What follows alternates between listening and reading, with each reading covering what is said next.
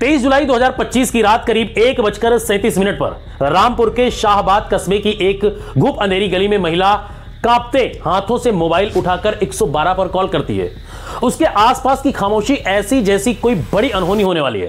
Phone की दूसरी ओर जैसे ही पुलिस ऑपरेटर बोलता है, महिला की आवाज एकदम फटी हुई, थर्राती हुई। मुझे लग रहा है जैसे मेरे घर के बाहर कोई खड़ा है, वर्दी में है, पर शायद चोर है। कुछ सेकंड की चुप्पी और फिर महिला चिल्ला उठती है, मैं कैसे मान लूं कि तुम पुलिस वाले हो सकता है वर्दी पहनकर कोई लुटेरा खड़ा हो। पुलिस हैरान, पर महिला की आवाज में जो घबराहट थी वो किसी नाटक की नहीं, किसी डर की पैदाइश थी। गश्त कर रही टीम 5 मिनट में मौके पर पहुंचती है। उन्हें अपनी गाड़ी, वायरलेस हथियार, सब कुछ दिखाना पड़ता है, तब जाकर महिला को यकीन होता है कि ये सच में पुलिस है। लेकिन असली डर अब सामने आता है। महिला बताती है कि उसे लग रहा है कि ऊपर आसमान में ड्रोन उड़ रहे हैं, वो उसके घर की रेकी कर रहे हैं और शायद अगला निशाना वही हो। वो पुलिस से कहती है, सायरन बजाते रहिए ताकि कोई हमला ना कर सके। ये कोई एक रात की बात नहीं थी। पश्चिमी उत्तर प्रदेश का हर कोना इन दिनों किसी अनदेखे डर की गिरफ्त में था। मुरादाबाद से बिजनौर, अमरोहा से बरेली, हर गांव, हर कस्बा इस बात से कांप रहा था कि ड्रोन आ रहे हैं। पहले ऊपर से रेकी करते हैं, फिर हमला करते हैं। सोशल मीडिया पर वायरल हो रहे कुछ वीडियो इस डर को हवा दे रहे थे, लेकिन उनमें से कुछ कहानी थी। उनका जन्म पाकिस्तान के एक छोटे से कस्बे मंडवाला से हुआ था और उसका अंजाम इतना डरावना था कि उसने हिंदुस्तान के गांवों की नींद उड़ा दी थी। 10 अप्रैल 2024 की रात, मंडवाला पाकिस्तान, ईद का दिन था, पर एक घर में मातम था। सज्जाद खोकर 42 साल का एक मजदूर, जिसके घर न पकवान बने न बच्चों के कपड़े। उसकी बीबी कौसर ने ताना मारा, इतने बच्चे पैदा क्यों किए जब पाल नहीं सकते। बात इतनी बड़ी कि अगले दिन सुबह जब बच्चे रोते हुए नए कपड़ों की फरियाद कर रहे थे, सज्जाद ने कुल्हाड़ी उठाई और फिर पहले बीबी, अपने बच्चे सबको काट डाला। फिर एक एक करके अपनी 4 बेटियां अंसा, कंशा, रश्मा और शहनाज को, फिर 3 बेटों को जो अनस, सुभाष और 2 महीने का मंजा को बेरहमी से मौत के घाट उतार दिया। 8 लाशें एक बाप के हाथों। वीडियो वायरल हुआ, केस चला। 1 दिसंबर 2024 को जज ने उसे 8 बार फांसी की सजा सुनाई। लेकिन असली डर तो अब शुरू हुआ। यह वीडियो भारत में किसी ने मुरादाबाद के मंसूरपुर, ठाकर का नंगला जैसी जगह से जोड़कर वायरल कर दिया। कहानी बना दी गई कि पहले ड्रोन से रेकी की जाती है, फिर चोर घर में घुसकर कत्लेआम करते हैं, बच्चों तक को नहीं छोड़ते हैं। ये लाइनें वायरल हो गई और इसी अफवाह ने जन्म दिया एक भयावह सामाजिक आतंक को, जिसमें शक की नींव और इंसानों का खून बहाया जाने लगा। 12 से 18 जुलाई के बीच अमरोहा जिले में 202 कॉल सिर्फ 112 पर इसलिए आई क्योंकि लोगों को अपने घरों की छतों पर ड्रोन उड़ते दिखे थे। अब गांव में लोग रात भर जागते, पहरेदारी करते, हाथ में लाठी डंडे, कभी तमंचा। एक बार अगर कोई अजनबी दिख जाता तो उसकी शामत तय थी।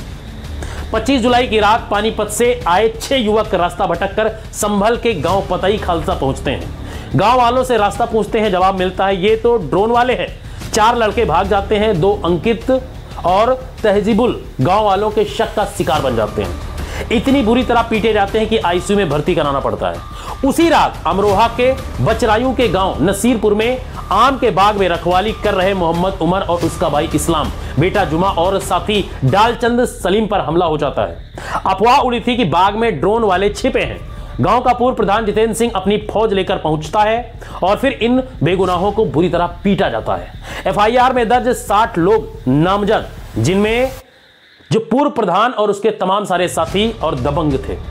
22 जुलाई को कांवड़ियों की झांकी देखकर लौट रहे सुंदर और सनी को नकाशा थाना क्षेत्र के गांव नेहठोर में रोक लिया जाता है और पूछताछ के बाद सीधे लाठियां बरसाई जाती है।